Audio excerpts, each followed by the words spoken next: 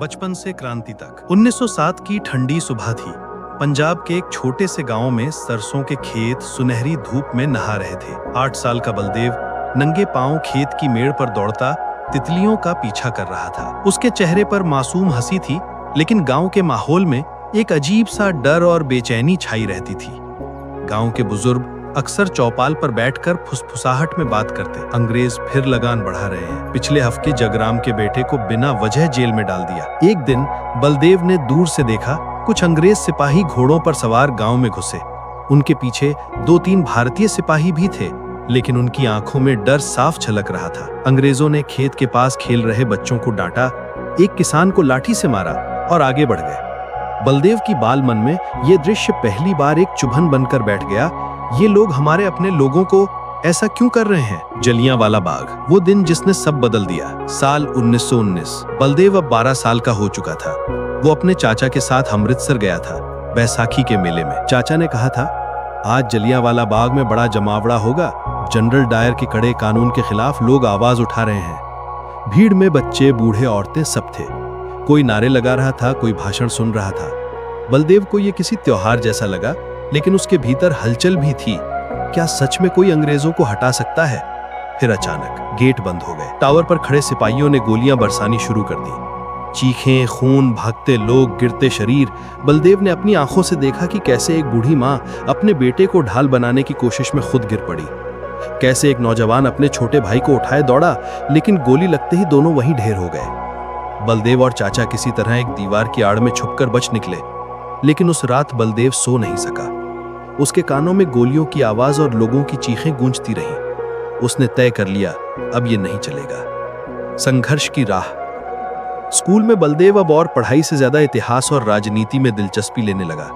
वो गुप्त चुप तरीके से अखबारों में छपने वाले क्रांतिकारियों के बारे में पढ़ता, जैसे लाला लाजपत राय, राम प्रसाद बिस्मिल और चंद्रशेखर आजाद। 1922 में चौरी चौरा कांड के बाद गांधी जी ने असहयोग आंदोलन वापस ले लिया तो कई नौजवान निराश हो गए। लेकिन बलदेव ने सोचा, अगर अहिंसा से आजादी नहीं मिल रही तो और रास्ता अपनाना होगा।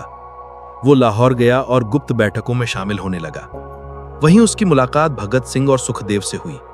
पहली ही बार में उसे महसूस हुआ कि यही उसका रास्ता है। देश को आजाद कराने के लिए हमें डर के बजाय जुनून चाहिए, भगत सिंह ने कहा था। क्रांति की तैयारी। लाहौर के एक पुराने मकान के तहखाने में बलदेव और उसके साथी हथियार बनाने और छापेखाने चलाने का काम करते। वो पोस्टर लिखता, अंग्रेजों भारत छोड़ो, साम्राज्यवाद का अंत करो। रातों को गुप्त संदेश लेके गांव-गांव घूमना उसका काम था। एक दिन उसने देखा कि गांव में अंग्रेजी अफसरों के लिए अनाज का ढेर तैयार किया जा रहा है, जबकि गांव के लोग भूखे हैं।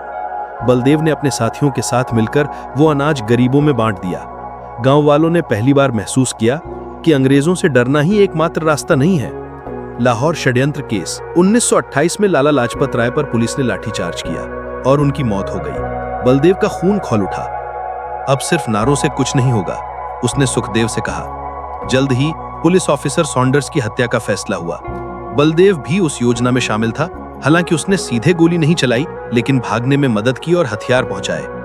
पुलिस ने जब क्रांतिकारियों की धरपकड़ शुरू की, बलदेव लाहौर से निकलकर बनारस चला गया। लेकिन 1929 में लाहौर षड्यंत्र केस में उसका नाम आ ही गया। कैद और यातना। पकड़े जाने पर अंग्रेजों ने उसे बेरहमी से पीटा। कई दिन तक खाना पानी नहीं दिया। उन्होंने पूछा, भगत सिंह कहाँ है? लेकिन बलदेव ने चुप्पी नहीं तोड़ी। जेल में वो भगत सिंह से मिला। भगत सिंह ने मुस्कुराते हुए कहा, क्रांति की मशाल अब बुझनी नहीं चाहिए, चाहे हम रहें या नहीं। अंतिम कदम।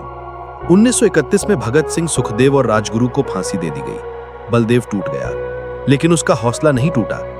जेल से निकलने के बाद उसने गुप्त रूप से काम जारी रखा। रेलवे पटरियों को नुकसान पहुंचाना, अंग्रेजी सामान के गोदाम जलाना और गांव-गांव में क्रांति का संदेश पहुंचाना। 1942 का भारत छोड़ो आंदोलन आते आते बलदेव पंजाब में एक जाना पहचाना नाम बन चुका था। अब लोग उसे बलदेव क्रांतिकारी कहकर बुलाते। आजादी की सुबह। 15 अगस्त 1947 की सुबह जब तिरंगा लहराया, बलदेव गांव पे चौपाल पर खड़ा था।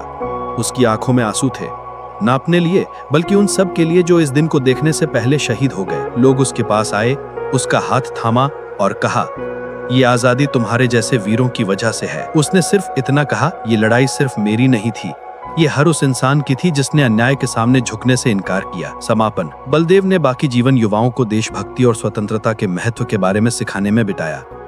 वो अक्सर कहता, क्रांति सिर्फ हथियार उठाने का नाम नहीं, ये अन्याय के खिलाफ खड़े होने की हिम्मत है। उसके किस्से गांव से निकलकर पूरे पंजाब और फिर देश भर में फैल गए। एक ऐसे बालक की कहानी जिसने बचपन से ही गुलामी की चुभन महसूस की और अपनी आखिरी सांस तक आजादी की लौ जलाए रखी।